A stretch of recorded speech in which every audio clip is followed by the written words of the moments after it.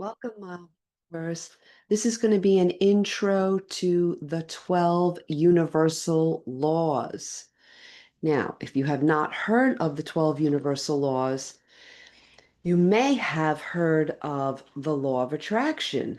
That is one of the 12 universal laws. And they kind of all play upon each other, which is why I thought it would be an interesting topic.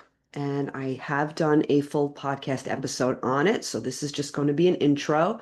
And I will include the link to the podcast episode, which you could watch at any point at your leisure. All right, so the 12 universal laws, these were created to try and help us explain the unexplainable or things that we are just curious about as human beings, but they are also proven to make sense scientifically. All right, so I'm just going to go into a couple of them. I am not going to go into the entire 12 right here because if you would like to research the entire 12 or just be entertained by hearing what they are, you can watch the full-length podcast episode, like I said. All right, so let's start with the law of divine oneness. We live in a world where everything is connected. We know this, right? Especially now with technology being what it is, we truly know we are in a world where everything is connected. But it is connected to everything else. Everything we do, we say, we think, and we believe has an effect on others as well as the universe around us. That is the crux of this law. I just find all these laws so fascinating, and they do explain quite a bit. The next one is the law of vibration. And the law of vibration states that everything in the universe moves, vibrates, and travels in circular patterns. This has been scientifically proven. The same principles of vibration in the physical world also apply to our thoughts, feelings, desires, and wills in the etheric world. And that's where we start to get a little more into the spiritual realm. Each sound, thought, thing has its own vibrational frequency, unique unto itself. Now, this is really getting into some philosophy, and I love exploring those concepts because whether you truly buy into it and believe it or you don't, at least if you explore it, you're exposing yourself to something other than what you already know. So it's already some type of learning. And you're also exposing yourself to other perspectives, which makes you a more open-minded individual.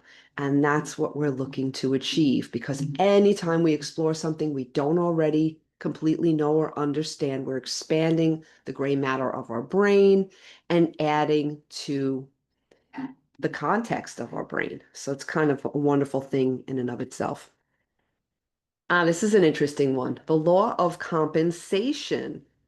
This law is equivalent to the law of cause and effect, which is another universal law, applied to blessings and abundance, which is provided for us.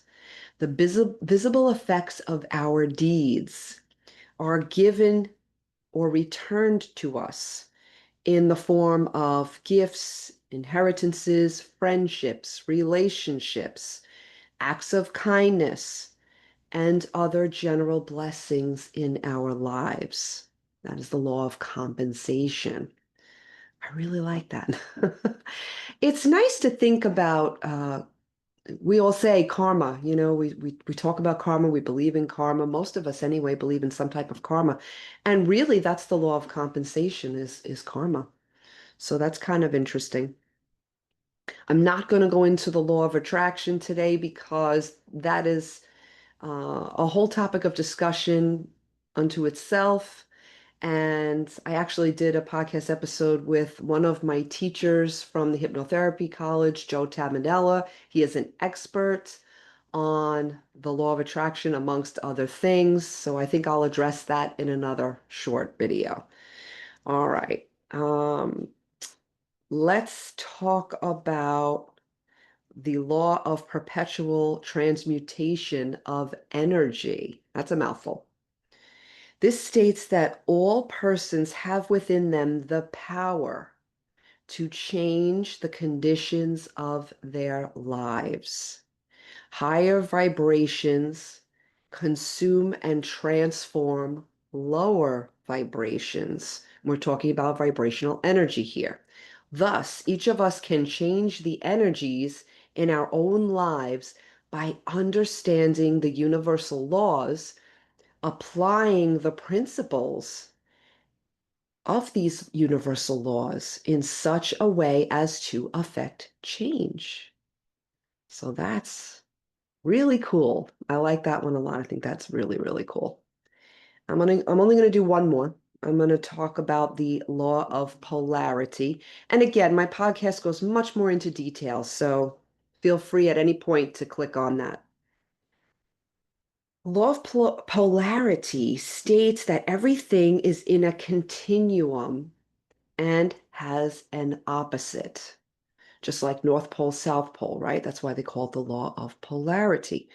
We can suppress and transform undesirable thoughts by concentrating on the opposite pole.